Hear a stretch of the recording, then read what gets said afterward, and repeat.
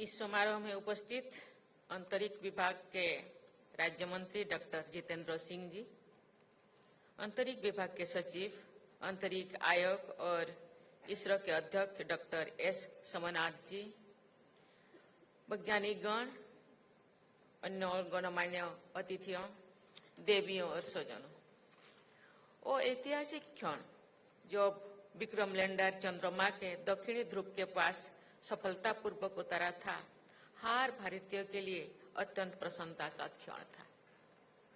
मैंने टचडाउन का लाइव प्रसारण देखा था। हर भारतीय की तरह मैं भी गर्व से भर गई थी। इस सफलता के उपलक्ष्य में नेशनल स्पेस डे मनाने की घोषणा करना एक सराहनीय कदम है। मैं समस्त देशवासियों और आप सभी को प्रथम नेशनल स्पेस डे की बहुत बहुत बधाई देती हूँ।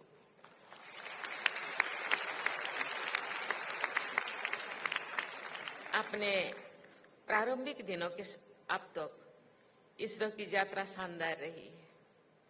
इसरो ने स्पेस सेक्टर में उल्लेखनीय उपलब्धियां हासिल की है। जैसा कि यहाँ उपस्थित वैज्ञानिक समुदाय के लोग जानते ही है कि 1-2 दिन पहले ही चंद्रयान की प्रज्ञान सेवर से प्राप्त जानकारी से ये धारणा मजबूत हुई है कि आरंभ में चंद्रमा पूरी तरह मैग्मा का महासागर था और धीरे धीरे शीतल होते हुए वर्तमान स्वरूप की तरफ बढ़ा। इसे वैज्ञानिक भाषा में लूनार मैग्मा ओशन हाइपोथेसिस कहते हैं। मुझे ये जानकर प्रसन्नता हुई है कि भविष्य में इसरो द्वारा चंद्रमा के अध्ययन के लिए अन्य मिशन की भी योजनाएं है। मैं संपूर्ण इसरो परिवार तथा विशेषकर चंद्रमा मिशन के से जुड़े सभी लोगों को अपनी शुभकामनाएं देती हूँ।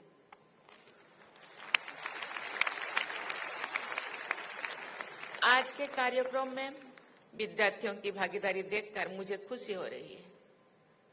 इसरो द्वारा आयोजित भारतीय अंतरिक्ष हैकाथॉन और रोबोटिक्स चैलेंज की विजेताओं को मैं हार्दिक बधाई देती हूँ।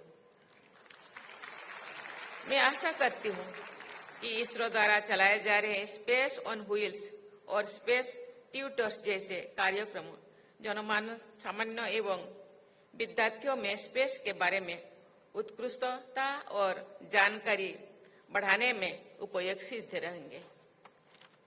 देवियों और स्वजनों, स्पेस सेक्टर के साथ साथ इसरो ने देश के सामाजिक और आर्थिक विकास में भी अमूल्य योगदान दिया है। मुझे पूर्ण विश्वास है कि आप ऐसे ही देश के विकास यात्रा में योगदान देते रहेंगे। इस महीने में भारत के स्पेस प्रोग्राम के जनक माने जाने वाले डॉक्टर विक्रम साराभाई की जयंती भी मनाई जाती है। ये न केवल महान वैज्ञानिक थे बल्कि एक दूरदर्शी इंस्टीट्यूशन बिल्डर्स भी थे।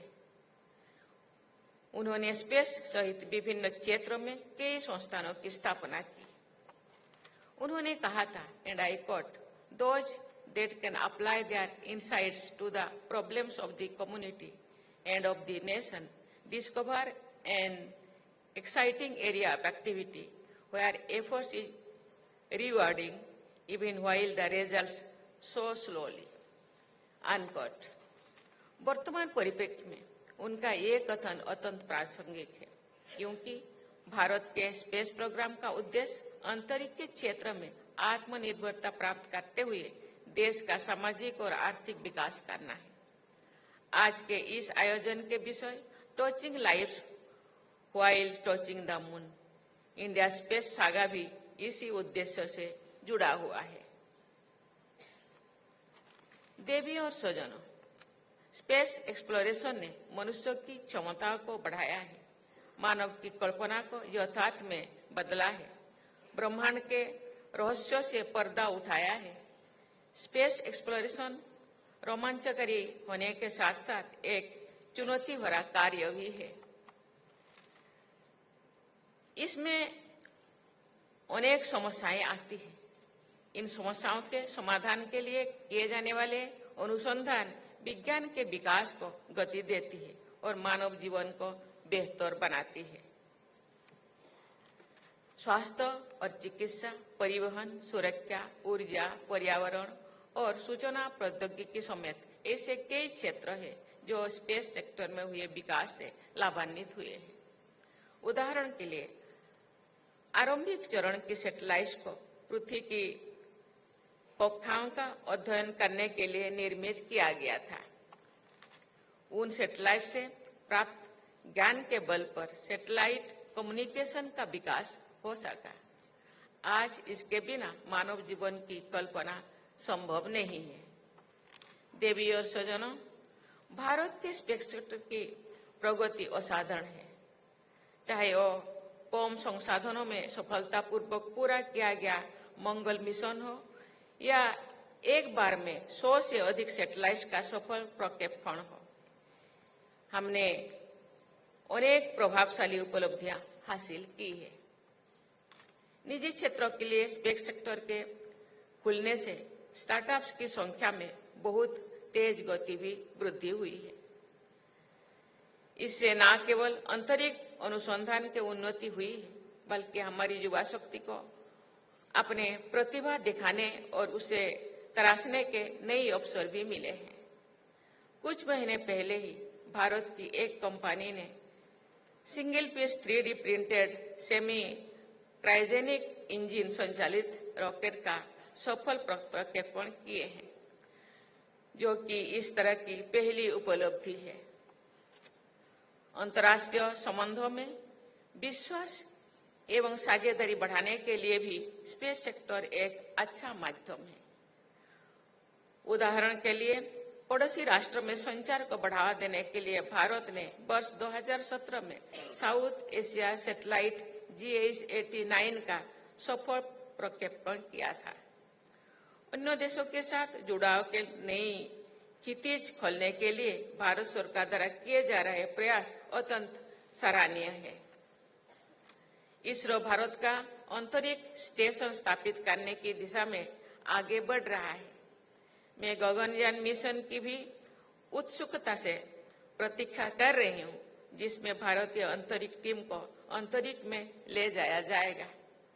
मुझे विश्वास है कि इन सभी मिशन के फलस्वरूप ऐसे परिणाम सामने आएंगे जिनसे देश सामाजिक, आर्थिक एवं वैज्ञानिक रूप से लाभान्वित होंगे। देवियों और स्वजनों, हमें भावी चुनौतियों के लिए भी तैयार रहना है। स्पेस डेब्री अंतरिक्ष मिशन के लिए समस्या अत्यंत चिंताजनक है। अंतरिक्ष अनुसंधान की गतिविधियां निरंतर चलती रहे, इस उद्देश्य के साथ ISRO system for safe and sustainable operations management facility का संचालन किया जा रहा है। ये एक सराहनीय कदम है। मुझे ये जानकर भी खुशी हो रही है कि भारत वर्ष 2030 तक अपने सभी अंतरिक्ष अभियानों को डेब्री फ्री बनाने के लिए लक्ष्य रखे हैं। हमारे निष्ठावान वैज्ञानिकों ने न्यूनतम संसाधनों का उपयोग करके भारत के स्पेस प्रोग्राम को विश्व के श्रेष्ठतम स्पेस प्रोग्राम में स्थान दिलाया है। इसके लिए वे सराहने के पात्र हैं। मुझे पूर्ण विश्वास है हमारे देश में अंतरिक्ष विज्ञान के क्षेत्रों में निरंतर प्रगति होती रहेगी तथा हम उत्कृष्टता के नए मानक स्थापन करते रहेंगे। मैं भविष्य के सभी स्पेस मिशन के लिए बहुत बहुत शुभकामनाएं देती हूँ। धन्यवाद। जय हिंद, जय भारत। మరిన్ని ట్రెండింగ్ వీడియోల కోసం న్యూస్ 18 తెలుగు యూట్యూబ్ ఛానల్ ను సబ్స్క్రైబ్ చేసుకోండి।